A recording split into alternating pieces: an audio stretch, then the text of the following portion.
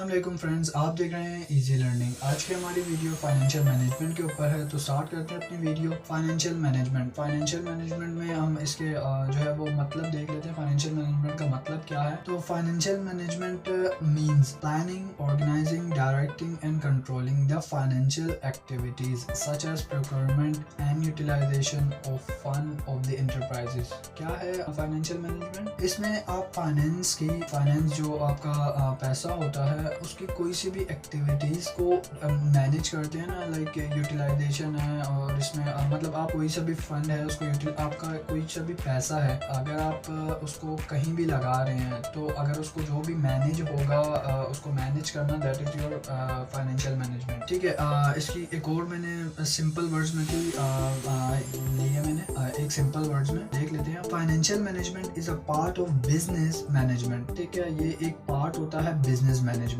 का। क्या कहता है, जिसमें क्या होता है, the financial management is a responsible for the finance function of an organization. Financial management क्या है? आपके कोई से भी फाइनेंस को जो भी मैनेज करे उसको मैनेजमेंट करने के लिए, उसको मैनेज करने के लिए अपने फाइनेंस फंक्शन को तो आप इस्तेमाल करते हैं फाइनेंशियल मैनेजमेंट। अगर आपने कहीं भी इन्वेस्टमेंट करनी है तो उसका आप पहले सब डेटा वगैरह निकालते हैं। अगर आप स्टॉक एक्सचेंज में पैसा इन्वेस्ट करते हैं तो उस पर आप देखेंगे कंपनी की बैलेंस शीट, उनका रेशियो एनालिसिस, ये सब चीज़ें करके ये आपकी मैनेजमेंट में आएगी ना। इसी तरह ये आपकी मैनेजमेंट में आएगी। और फाइनेंस, क्योंकि पैसे का जो है वो पैसे की एक मैनेजमेंट है यार, यहाँ से निकाल के यहाँ लगा दो, यहाँ से ज़्यादा प्रॉफिट आ रहा है, यहाँ से कम आ रहा है, तो वो आपकी फाइनेंशियल मैनेजमेंट में आ जाती है। ठीक है, आगे पढ़ते हैं क्या है। अच्छा, फाइनेंशियल मैनेजमेंट बेसिकली दो वर्ड से मिलके बना है ना। Financial management is made up for two words, first finance, second one is management. Finance का तो आपको पता है, मैंने पहले भी बता दिया। Management you also know that कि क्या है। पढ़ लेते, मैंने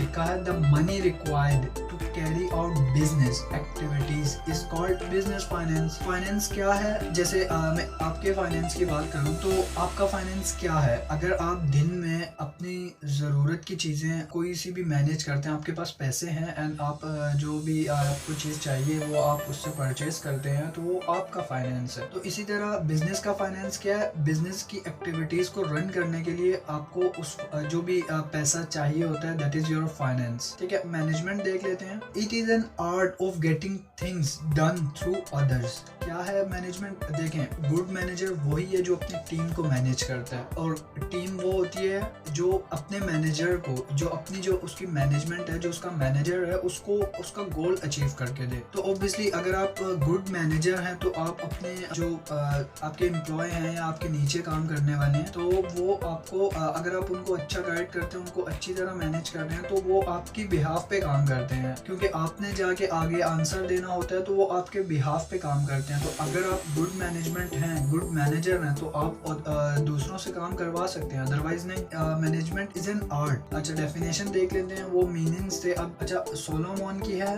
financial management is an concern with the efficient use of economic resources.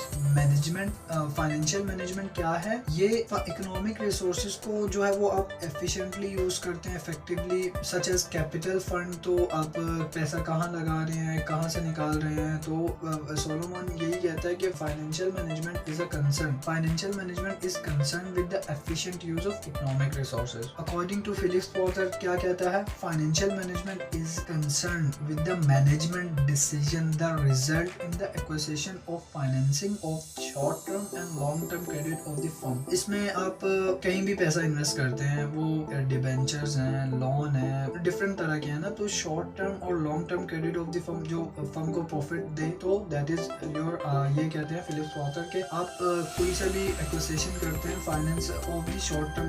Finance में शॉर्ट टर्म और लॉन्ग टर्म जो भी आपका वो होती है इन्वेस्टमेंट वगैरह, तो वो फाइनेंशियल मैनेजमेंट होती है। इसके ऑब्जेक्टिव देख लेते हैं क्या है। इसके 3 ऑब्जेक्टिव हैं। First one is profit maximisation, second है maintain of assets and third one है वेल्थ मैक्सिमाइजेशन। ठीक है, अच्छा, अब नेक्स्ट वीडियो पे ये भी देखेंगे कि profit maximization versus wealth maximization क्या है, तो वो नेक्स्ट वीडियो पे इंशाल्लाह मैं आपके लिए ज़रूर लेकर आऊँगा। तो फिलहाल प्रॉफिट मैक्सिमाइजेशन देख लेते हैं। According to this approach company should earn profit company जो काम कर रही है वो ऑब्वियसली प्रॉफिट के लिए कर रही है और वो प्रॉफिट होता है, ठीक है। According to this approach company should earn profit out of its available resources and divide policy should be based on maximization of profit, ठीक है। एंड वेल्थ मैक्सिमाइजेशन क्या है? Those companies which issue equity shares and the price of those share are quoted in stock exchange, then the market price of share is an indicate whether the value of assets of the firm